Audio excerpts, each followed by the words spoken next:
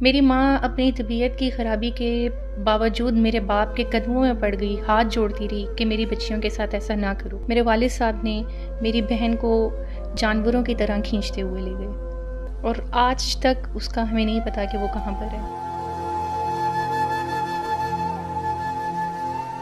हमारे घर में उस दिन क़यामत का मंजर था, एक कहराम मच गया था और क्योंकि वो उस बंदे को वादा कर चुके थे और अगर वो मेरी बहन के साथ उसका निकाह ना करते तो वो आदमी उनको मार देता। उन्हें नहीं पता था कि वो अपनी दूसरी बेटी भी खो देंगी उसी 2 माह के टाइम के दौरान। और वो एक दिन फिर इसी तरह घर आए और मेरी दूसरी बहन को भी उठा कर ले गए। बिस्मिल्लाहिर्रहमानिर्रहीम। शुरू करती हूँ अल्लाह के पाक नाम से जो बड़ा मेहरबान और निहायत रहम करने वाला है बेशक। अस्सलाम वालेकुम नाज़रीन, मैं हूँ मारी और आप देख रहे हैं हमारा यूट्यूब चैनल।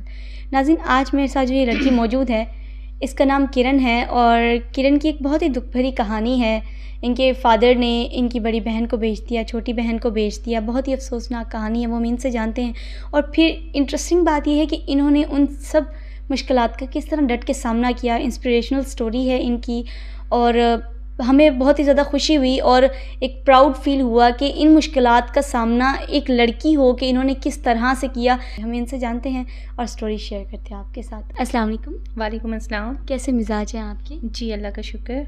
मैं एक ऐसी फैमिली से हूँ कि मेरे जो वालिद साहब थे वो नशे के और जुए के आदी थे और वो नशे और जुए के आदी इस हद तक उनकी ये आदत इतनी बुरी थी कि वो अपनी बेटियों को भी बेच सकते थे। उस नशे और जुए की आदत की वजह से उन्होंने मेरी 2 बड़ी बहनों को बेच डाला। आपके फादर ने नशे के लिए मेरे दोनों बड़ी बहनों को बेच डाला। जुए में हार गए थे। जुआ हारने की वजह से उन्होंने मेरी जो बड़ी बहन है उसको उन्होंने किसी के साथ उसका ज़बरदस्ती निकाह कर दिया। हुआ ऐसा कि मेरे वालिद साहब एक दिन रात का टाइम था, रात 11 साढ़े 11 बजे का टाइम था और मेरे वालिद साहब घर पर आते हैं और मेरी वालदा को बुखार था और वो बहुत तकलीफ़ में थी उस दिन। मेरे वालिद साहब आते हैं और उनके साथ कुछ 3-4 लोग थे जिनसे वो नशे में जुए में हार गए थे और उनसे उन्होंने वादा किया था कि अगर मैं जुआ हार जाऊंगा और अगर मैं पैसे ना दे सका तो मैं अपनी बेटी की निकाह तुमसे कर दूंगा। और वो एक उम्र रसीदा आदमी था जिसके साथ मेरे वालिद साहब ने उस दिन घर पर आकर, हमारे घर में उस दिन क़यामत का मंजर था, एक कहराम मच गया था। मेरी माँ अपनी तबीयत की ख़राबी के बावजूद मेरे बाप के कदमों में पड़ गई, हाथ जोड़ती रही कि मेरी बच्चियों के साथ ऐसा ना करो। लेकिन मेरे वालिद साहब इस चीज़ से बाज ना आए और क्योंकि वो उस बंदे को वादा कर चुके थे और अगर वो मेरी बहन के साथ उसका निकाह ना करते तो वो आदमी उनको मार देता। आपके फादर को? जी, मेरे वालिद को। इस वजह से वो उस दिन आए और उन्होंने घर में बहुत तूफ़ान उठाया। मेरी वालदा उनके पाँव पड़ती रहीं, हाथ जोड़ती रहीं। मेरे वालिद साहब ने मेरी बहन को जानवरों की तरह खींचा। उन्होंने नहीं देखा कि ये मेरी बेटी है। उसके सर से दुपट्टा उतर गया, उसके कंधे से दुपट्टा उतर गया और वो उसे जानवरों की तरह खींचते हुए ले गए और आज तक उसका हमें नहीं पता कि वो कहाँ पर है। उस दिन तो वो चले गए लेकिन मेरी वालदा उस सदमे से बाहर ना आ पाई और जब वो अपनी तबीयत से, उनकी तबीयत ठीक हुई, उन्होंने सोचा कि मेरी 2 बेटियों के साथ भी ये हो। वो हमें लेकर उस जगह से, वो घर छोड़कर शहर से दूर चली गई, हमारी खाला के पास हमें ले गई। जब हम अपनी खाला के पास गए तो मेरे खालू ने मुझे मजबूर किया, मेरी बड़ी बहन को भी और मुझे भी, कि अगर तुम्हें यहाँ पे रहना है तो कमा कर देना होगा।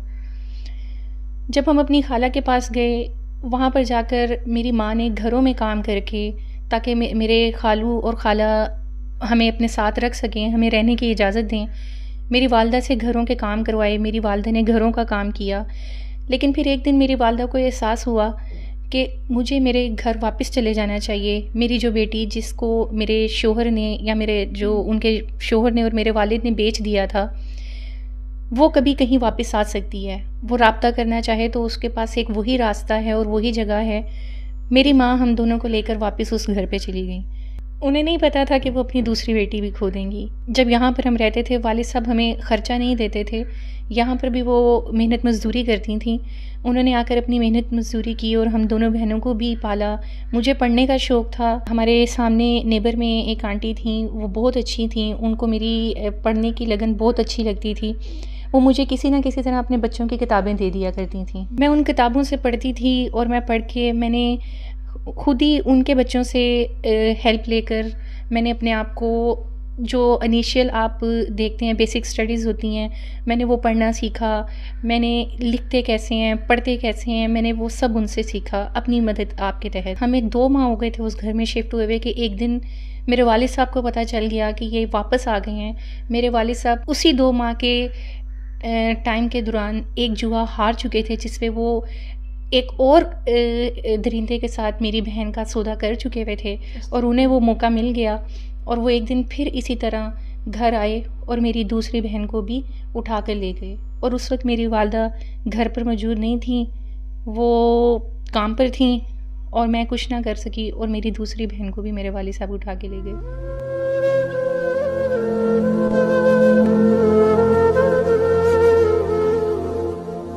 उसके बाद मारिया जो हुआ वो ये था कि मैं घर पर अकेली थी, मैं रोती रह गई। मेरी वालदा आईं, उन्होंने मुझसे पूछा और जब मैंने उनको बताया तो मेरी वालदा को उसी वक्त एक हार्ट अटैक हुआ और मैं छोटी थी, मोहल्ले की ही मदद से हम उनको हॉस्पिटल लेके गए। पता चला कि उनको एक माइनर अटैक हुआ है, लेकिन मेरे पास इसके अल्फाज नहीं है। उस दिन जो क़यामत दूसरी बार हम पर टूटी, मैं वो आपको बस यही कहूँगी कि मेरी दोनों बहनें नहीं रहीं और मेरी वालदा ने उस दिन तय कर लिया कि आज के बाद मैं अपनी 2 बेटियों की उम्मीद लगाकर मैं अपनी तीसरी बेटी को बेचने के लिए यहाँ कभी वापस नहीं आऊँगी। और वो मुझे लेकर बहुत दूर चली गईं। मैं भी उनके साथ घरों के काम करती रही, किताबें लोगों से उधार ले लेकर पढ़ा। मैंने इसी तरह मैट्रिक किया और मैट्रिक करने के बाद मैंने इंटर किया और मैं प्राइवेट एग्ज़ाम्स देती रही। मुझे पता नहीं था कि हम इंसाफ कैसे ले सकते हैं। जब हमारी ये सारी दास्तान आसपास के लोगों को पता चली तो वहाँ पर एक साहब थे जिन्होंने हमें कहा कि आपने पुलिस से मदद क्यों नहीं मांगी। उस दिन मुझे और मेरी माँ को एहसास हुआ कि हम ये मदद ले सकते थे, लेकिन हमें ये पता ही नहीं था कि हम ऐसी भी कोई मदद ले सकते हैं। उस दिन मेरे जहन में ये ख्याल आया, क्यों ना मैं भी सिस्टम का हिस्सा बनूं और मैं इस चीज़ का मुकाबला कर सकूं। और मैंने उस दिन सोच लिया कि मैं भी पुलिस को ज्वाइन करूंगी। मैंने उसको भी पास कर लिया और आज मैं आपके सामने हूँ। मैं एक मजबूत लेडी हूँ, अपनी माँ का भी सहारा हूँ, अपना भी सहारा हूँ। और मेरा दिल करता है कि मेरी वो 2 बहनें जो जहाँ पर वो जहाँ आज तक नहीं पता चला कि वो कहाँ पर हैं। हमें आज तक नहीं पता कि वो कहाँ पर हैं, ना ही उन्होंने दोबारा रब्ता किया और वो किस हाल में हैं, किस हाल में हैं, हमें कुछ नहीं पता कि वो किस हाल में है और वो जिंदा हैं या नहीं है। आपने उस वक्त पुलिस की मदद क्यों नहीं ली थी? मुझे और मेरी वालदा को पता ही नहीं था हमें कि कानून इंसाफ भी दिला सकता है और कानून से मैं मदद मांग सकती हूँ। मैं तो बहुत छोटी थी, मेरी वालदा को ये वाली चीज़ें नहीं आइडिया था। वो एक सीधी सादी खातून है, उन्होंने मज़दूरी करके हमें पाला है। जो भी किया उन्होंने हमारे लिए खुद किया। हमें पालने में, हमें यहाँ तक पहुँचाने में मेरे वालिद साहब का कोई हाथ नहीं है। उन्होंने सारी ज़िंदगी सिर्फ नशा और जुआ खेला है, उसके अलावा उन्होंने जुए में मेरी दोनों बहनों को हार दिया। मैं आपके चैनल के थ्रू सिर्फ यही कहना चाहूँगी कि मेरी वो 2 बहनें जहाँ पर भी हैं और अगर आज मुझे सुन रही हैं तो वो अगर हमसे रब्ता करना चाहें तो वो हमसे ज़रूर रब्ता करें। मेरी माँ उनको बहुत याद करती है। जी तो नाज़रीन, ये थी किरण की कहानी। इन्होंने किस तरह डट के इन सब मुश्किलात का सामना किया। और आपको क्या लगता है कि एक बाप को इस तरह का कदम उठाना चाहिए था?